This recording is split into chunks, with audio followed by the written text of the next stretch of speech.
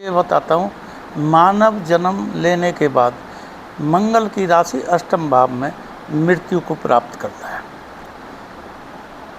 कुछ विशेष योगों को छोड़कर वह अष्टम भाव से अन्य भावों में भी मृत्यु प्राप्त कर लेता है। आखिर यह यात्रा चलती कैसे है और अष्टम भाव में वह मृत्यु को क्यों प्राप्त करता है, तो इसका विवरण मैं देता हूँ। पहला भाव में बताया वह है जो शरीर का है, आत्मा का है एवं आकाश तत्व का है, अर्थात ये जातक का जीवित कार्य क्षमता रखने वाला शरीर है। जन्म के बाद जातक दूसरे भाव में प्रवेश करता है, जो उसका प्रभाव भाव है, उसकी वाणी का भाव है, उसका संस्कारों का भाव है, धन दौलत आदि का भाव।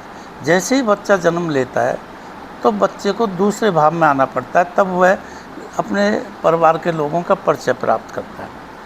अर्थात जब वह साल के करीब होता है तो वह परिचय हम इसका विशेष विवरण मेरी पुरानी वीडियो में देखें।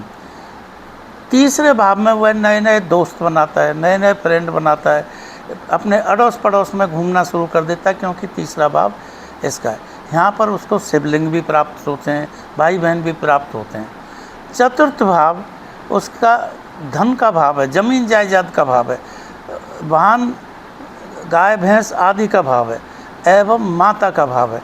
अर्थात यहाँ पर माता से उसका संपर्क होता है। माता का विशेष संपर्क तो उसका पेट में आते ही हो जाता है। पंचम भाव उसके संतान का भाव है, यहाँ विद्या बुद्धि का भाव है। पंचम भाव में जाके वो शिक्षा लेना शुरू कर देता है। छठवां भाव कंपटीशन और रोग का है, जिससे यहाँ कंपटीशन और रोग उसे भुगतने पड़ते हैं। विभिन्न प्रकार के दुश्मन भी मिलते हैं, तो उन दुश्मनों से कंपटीशन होता है।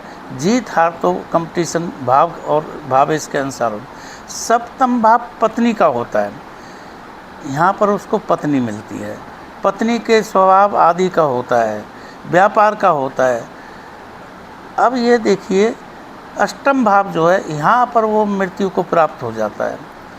अब सवाल पैदा होता है कि ये जो पहले 8 भाव हैं जो मैंने बताए, इसमें बहुत बड़ा कंट्रीब्यूशन भगवान का होता है। अर्थात 90% तथ्यों को 90% कार्यों को भगवान देता है। जैसे शरीर का रंग रूप, आपकी लंबाई चौड़ाई ऊंचाई आपको भगवान देता है। परिवार कैसा है वो आपको भगवान देता है। भाई बहन कितने होंगे, कैसे होंगे, दोस्त कैसे मिलेंगे, वो भगवान। जमीन जायदाद कितनी होगी वो भगवान देता है। माता कैसी होगी वो भगवान देता है। आपकी मन भावना कैसी होगी वो भगवान देता है। पंचम भाव आपकी विद्या शिक्षा आदि कैसी होगी वो भगवान देता है। छठवें भाव में आपको स्पर्धा लड़ने की ताकत भगवान देता है। दुश्मन कैसे होंगे वो आपको भगवान देता है। सप्तम भाव में पत्नी कैसी होगी, क्या होगी, वह भगवान देता है। अष्टम भाव में मृत्यु का जो समय है वो भगवान ने फिक्स किया है, इंसान नहीं करता। ये 8 चीज़ें भगवान के अधीन हैं, ये परिस्थितियों के अधीन है एवं कुछ मेहनत करके आप उनको प्राप्त करते हो, लेकिन वो दी हुई चीज़ों को आप बदल नहीं सकते। जिस स्त्री से आपका, जिस महिला से आपका विवाह होना है उसी से होगा, आप चाहे कुंडली मिलान करें या ना करें, कुछ भी कर लें उसी से होगा। इन चीज़ों की प्राप्ति में भगवान का सहयोग है। मान लीजिए आप पर 3 संतान होनी है तो 3 ही संतान होंगी, आप बाज़ार से खरीद कर संतान नहीं बना सकते। अष्टम भाव मृत्यु का यहाँ पर। इसके बाद के जो 2 भाव हैं अर्थात धर्म, यह पुराने कर्मों का कुछ अंश जो आपको इस जन्म में भुगतने के लिए मिलता है वह है। 10वां भाव आपका कर्मों का है, जैसे कर्म करोगे वैसे फल मिलेगा। 11वां भाव आमदनी का, कितनी आमदनी आपकी होती है, कितनी आपकी इच्छा पूर्ति होती है वह है। 12वां भाव मोक्ष का है, अर्थात आपको इस संसार से 4 पृथ्वी तत्वों को छोड़कर 5वां आकाश तत्व को अर्थात इंद्रियों को छोड़कर आत्मा को जाना होता है। और जब आत्मा जाती है तो परमात्मा में मिल जाती है, जैसे परम मोक्ष कहते हैं। अब यहाँ पर आप देखिए 6वां भाव राहु का होता है, उसको राहु को 6वें भाव का अधिकार दिया गया और 12वें भाव का अधिकार केतु को दिया हुआ। इसका विवरण मेरे ग्रंथों में दिया हुआ है। जब व्यक्ति पहले भाव से 6वें भाव में पहुंचता है तो वह राहु के मुंह में घुस जाता है, अर्थात वह सांप के मुंह में घुस जाता है, फिर एक अंधकार में चला जाता है। अष्टम भाव में केतु की पंचम दृष्टि आती है जो बिल के अंदर होती है, अर्थात यहाँ पर इंसान राहु के मुंह से, माया मोह से निकलकर विलीन हो जाता है, वो आकाश तत्व में दोबारा से चला जाता है। यहाँ पर ये ध्यान रखें, मृत व्यक्ति का शरीर आपको दिखाई देता है, अर्थात मिट्टी, पानी, वायु, अग्नि तत्व आपको दिखाई देता है, लेकिन आकाश तत्व आपको कभी भी दिखाई नहीं देता है। आकाश तत्व जो आत्मा के ऊपर चढ़ा है वो आपको दिखाई नहीं देता, वो ब्रह्मांड में विचरण करने लेती है और अपने कर्मों के अनुसार पाप पुण्य को भोगकर, यमराज के यहाँ पाप पुण्य को भोगकर दोबारा जन्म लेती है या परमात्मा में मिल जाती है। अब अष्टम भाव में मृत्यु क्यों होती है? इसके दो कारण मैंने बताया कि वो राहु के मुंह में घुस गया, फिर वो राहु की पूंछ से अर्थात केतु की पूंछ से बाहर निकला तो वहाँ उसे एक नया जन्म मिला, अंधेरे से निकलकर वो दोबारा से जन्म। राहु जो होता है किसी भी चीज़ का बड़ा गेट होता है और केतु छोटा गेट होता है। जैसे आप बस में चढ़ते हैं, बस में चढ़ते समय आप आगे से चढ़ते हैं, उतरते समय आप पीछे से उतरते हैं, तो पहला गेट राहु हो गया। और जब पीछे से उतरते हैं तो इसका मतलब आपकी यात्रा पूरी होगी। याद रखिए, किसी भी कार्य को पूरा होने को मोक्ष कहते हैं।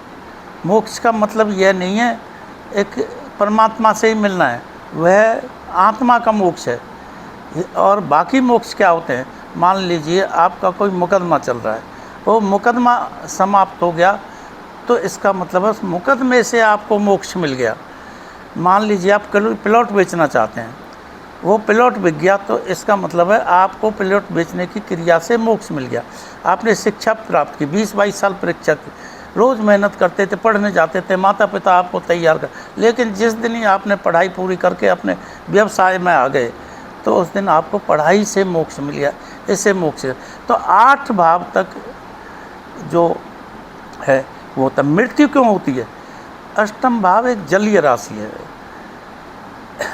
जलीय राशि में जो मैंने लग्न के 3 अग्नि तत्व बताए थे, सूर्य, मंगल, गुरु, तीनों अग्नि तत्व हैं, लेकिन अष्टम भाव में आने के बाद तीनों का अग्नि तत्व समाप्त हो जाता है और वह उनकी गर्मी समाप्त हो जाती है। और जब किसी मानव की गर्मी समाप्त हो जाती है, जीवन समाप्त हो जाता है। दूसरा क्या है, यहाँ पर केतु की दृष्टि आ रही है, इसलिए वो यहाँ पृथ्वी तत्व से अर्थात पृथ्वी से छुटकारा दिलवा देता है। अब यहाँ विशेष ध्यान देने की बात है, जो शॉर्ट में बता रहा हूँ कि इसको समझने में बहुत गुरु को एक भाव को चलने में 12 साल लगते हैं। पहले 7 साल का मतलब हुआ, पहले 8 राउंड का मतलब हुआ, 8वें वृश्चिक राशि तक पहुंचने के लिए उसको 8 बार घूमना पड़ा। 12 × 96 हुआ प्लस 8 साल और, इसका मतलब आदमी की एवरेज उम्र 104 साल की होती है। इस उम्र के अंदर कभी भी मृत्यु प्राप्त हो सकती है। जहाँ भी वो राहु के पेट में जाएगा वहाँ से खतरा बन जाता है।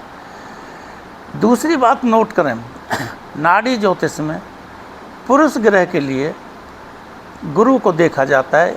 पुरुष ग्रह का जीव कारक गुरु होता है, स्त्री के लिए जीव कारक ग्रह शुक्र होता है, क्योंकि दोनों में बायोलॉजिकल डिफरेंस बहुत होता है। उस बायोलॉजिकल डिफरेंस के लिए गुरु और शुक्र को देखा। जब भी किसी कुंडली का फलादेश करोगे तो आपको गुरु और शुक्र की स्थिति देखनी होगी, वो किस स्थिति में बैठे हैं उसी स्थिति से और आदमी का अर्थात पुरुष का और औरत का जीवन चलेगा। बाकी विवरण नेक्स्ट पार्ट में दिया जाएगा। सही है।